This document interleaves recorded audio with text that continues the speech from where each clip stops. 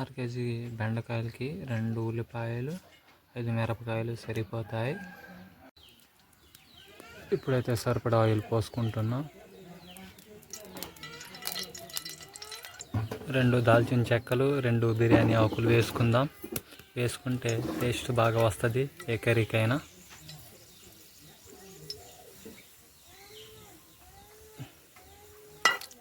అలా కొంచెం వేగాక ఉల్లిపాయలు వేసుకోవాలి. కట్ చేసుకున్న ఉల్లిపాయలు మిరపకాయలు వేసేసుకుందాం.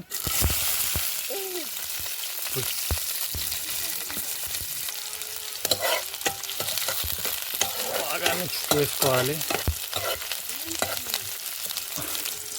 ఉల్లిపాయలు మిరపకాయలు బాగా బాయిల్ అయిన తర్వాత కట్ చేసుకున్న బెండకాయలు వేసుకోవాలి.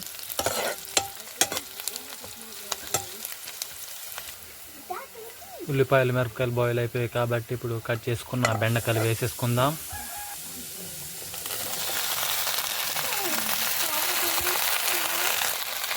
బాగా మిక్స్ చేసుకోవాలి.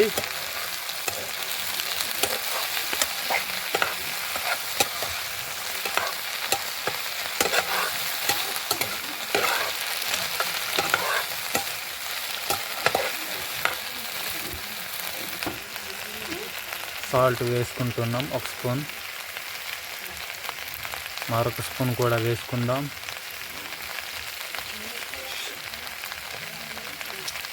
ఇంకో స్పూన్ కూడా వేసుకుందాం.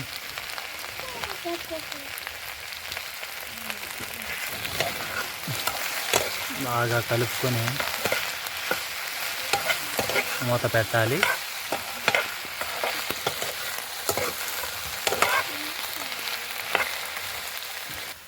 ఇప్పుడైతే మూత పెట్టుకుందాం.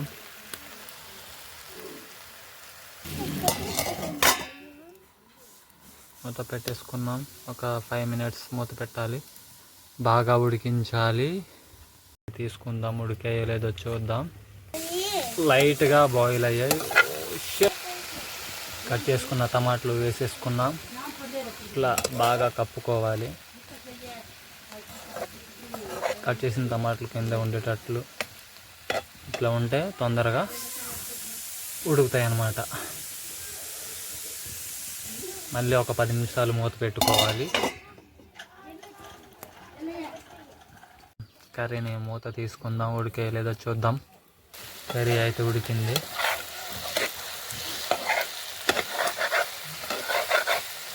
ఇప్పుడు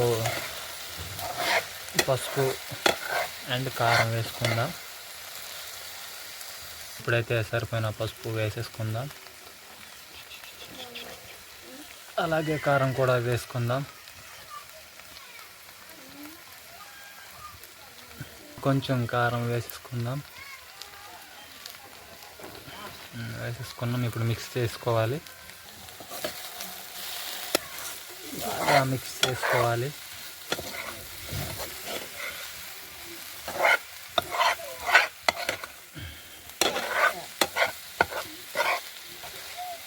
బాగా మిక్స్ చేసుకున్నాం కాబట్టి మరొక 5 నిమిషాలు మూత పెట్టుకోవాలి. ఇప్పుడు మూత తీసుకుందాం. ఉడికిందో లేదో చూద్దాం.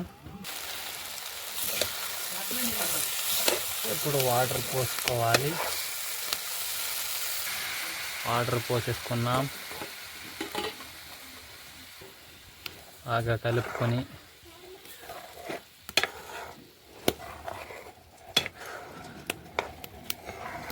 నెమ్మదిగా కలుపుకోవాలి.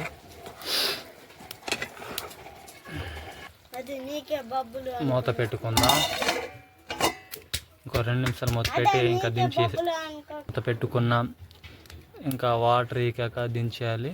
2 నిమిషాల తర్వాత కర్రీ అయిపోతుంది. టేస్ట్ చేయబోతున్నాను. ఎట్లుంటుందో టేస్ట్ చేయబోతున్నాను. అసలు సూపర్ అండి. సూపరు కేక చాలా బాగుంది కర్రీ. నిజంగా నేను ఇంత టేస్ట్గా వస్తుందని ఎక్స్పెక్ట్ చేయలేదు అసలు.